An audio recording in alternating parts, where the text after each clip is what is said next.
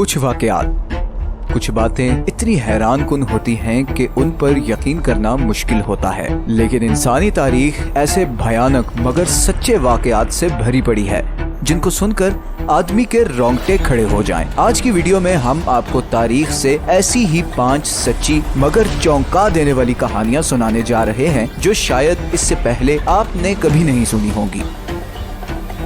15वीं और 16वीं सदी को इटालियन रेनेसांस का पीरियड कहा जाता है। ये वो जमाना था जब इटली का कल्चर और आर्ट पूरे यूरोप बल्कि पूरी वेस्टर्न दुनिया पे छाया हुआ था। लियोनार्डो डा विंची, माइकलएंजेलो इसी इटालियन रेनेसांस के दौरान पैदा हुए और पूरी दुनिया को ऐसा मास्टर क्लास आर्ट वर्क दिया जो इससे पहले इंसानों ने कभी नहीं देखा था। लेकिन इसी 200 साल के दौरान एक बहुत ही भयानक वाकया हुआ।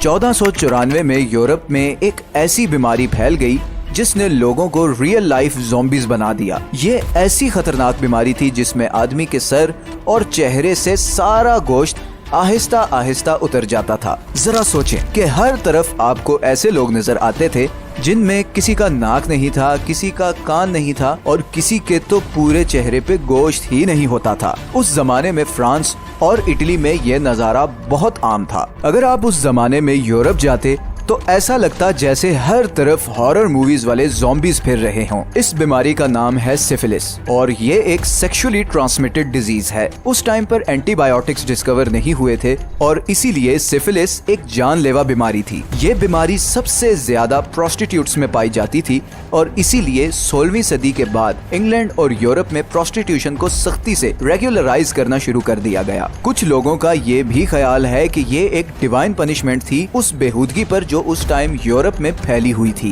खैर 1906 में पहली बार इस बीमारी का एंटीडोट डिस्कवर हुआ और फाइनली इंसानों को इस बीमारी और इसके सिम्टम्स से निजात मिल गई। दूसरी कहानी है हेनरी हॉवर्ड होम्स की, जिसे H.H. होम्स के नाम से भी जाना जाता है और ये अमेरिका के पहले और बदनाम तरीन सीरियल किलर्स में से एक है। होम्स पर तकरीबन 200 लोगों के कत्ल का इल्जाम है।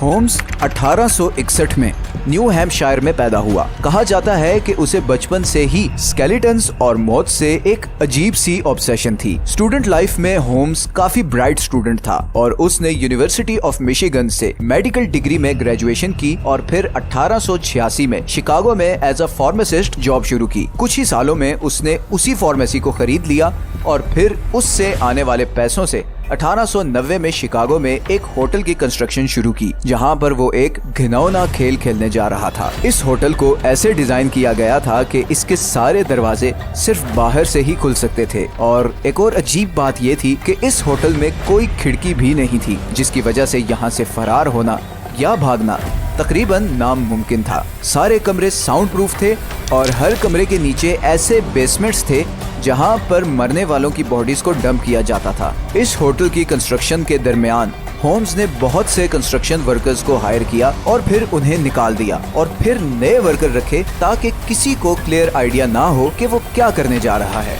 ये होटल बाद में मर्डर कैसल के नाम से मशहूर हुआ। इस घिनौने खेल का आगाज हुआ 1893 में। असल में 1893 में शिकागो में एक बहुत बड़ा एग्जीबिशन होना था जिसमें पूरे अमेरिका से बड़ी तादाद में लोगों और खासकर यंग लड़कियों ने आना था। होम्स ने बड़े बड़े अखबारों में अपने होटल के एड्स छपवाए ताकि आने वाले टूरिस्ट्स उसको रेंट आउट कर सकें। बहुत सारे टूरिस्ट्स ने इस होटल के कमरे बुक करवाए, लेकिन इस होटल में आने वाला कोई भी टूरिस्ट जिंदा वापस नहीं जा सका। जब भी गायब होने वाले टूरिस्ट के रिश्तेदार या जानने वाले होटल पर आते तो होम्स उन्हें वो रजिस्टर दिखाता जहां पर उन सब टूरिस्ट्स की एग्जिट डेट होती थी। आहिस्ता आहिस्ता इस होटल के आसपास रहने वाले पड़ोसियों को ये बात खटकने लगी कि जो भी टूरिस्ट इस होटल में जाता है वो वापस बाहर नहीं आता।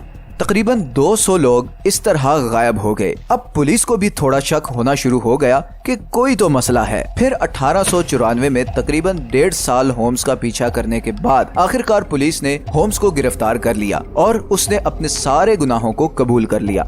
उसके मुताबिक लोगों की हत्या करना उसका एक पैशन था जिसके बारे में वो कुछ नहीं कर सकता था। आखिर 1896 में 200 लोगों को बेदर्दी से मारने के इल्जाम में होम्स को फांसी दे दी गई। अगर ये कहानी आपके लिए खौफनाक थी तो अगला वाकया शायद आपके होश उड़ा देगा। सिर्फ 32 साल की उम्र में आधी से ज्यादा दुनिया को कंकर करने वाले अलेक्जेंडर द ग्रेट यानी सिकंदर आजम को कौन नहीं जानता। अलेक्जेंडर की मौत हमेशा से हिस्टोरियंस के लिए एक मिस्ट्री रही है। कोई कहता है कि उसे जहर दिया गया, कोई कहता है कि उसे मलेरिया हुआ और किसी के मुताबिक उसे टाइफॉइड हुआ जिससे उसकी मौत हुई। लेकिन एक रीसेंट रिसर्च के मुताबिक सिकंदर की मौत इनमें से किसी भी बीमारी से नहीं हुई थी, बल्कि उसकी मौत तो हुई ही नहीं थी और उसे तो असल में जिंदा दफन किया गया था। ड्यूनेडन स्कूल ऑफ मेडिसिन न्यूजीलैंड के डॉक्टर्स के मुताबिक इस भयानक डिस्कवरी की वजह है अलेक्जेंडर के सिम्टम्स और हिस्टोरिकल रिकॉर्ड्स। तारीखी रिकॉर्ड के मुताबिक 29 मई 323 BC को सिकंदर ने एक दावत का एहतमाम किया और उसमें उसने खूब शराब पी। अगले ही दिन 30 मई को उसे शदीद बुखार हो गया और पूरे जिस्म में दर्दें शुरू हो गई। लेकिन अलेक्जेंडर को यही लगा कि शायद ये लंबे सफर की थकावट है और अगले दिन भी उसने काफी ज्यादा शराब पी ली। उसी दिन रात को अलेक्जेंडर को पैरालिसिस अटैक हो गया। डॉक्टर कैथरीन हॉल के मुताबिक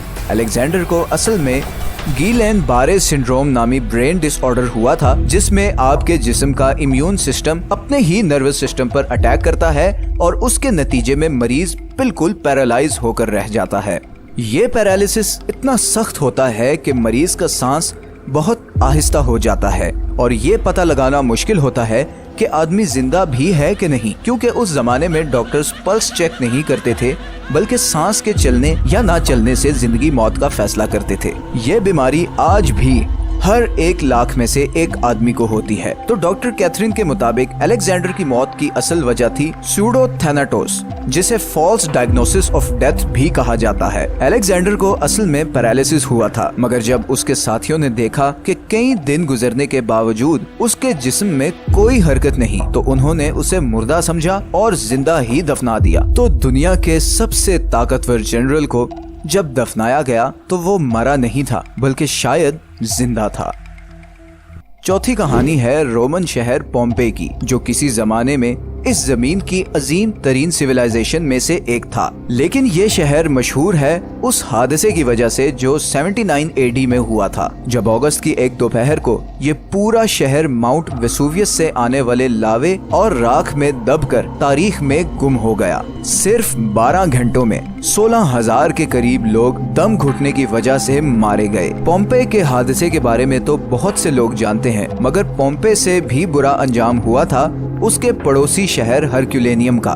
हरक्यूलेनियम उस जमाने में अमीर रोमन्स के लिए एक पिकनिक स्पॉट था, जहां पर वो जुए, शराब और प्रोस्टिट्यूशन के लिए टाइम गुजारने आते थे।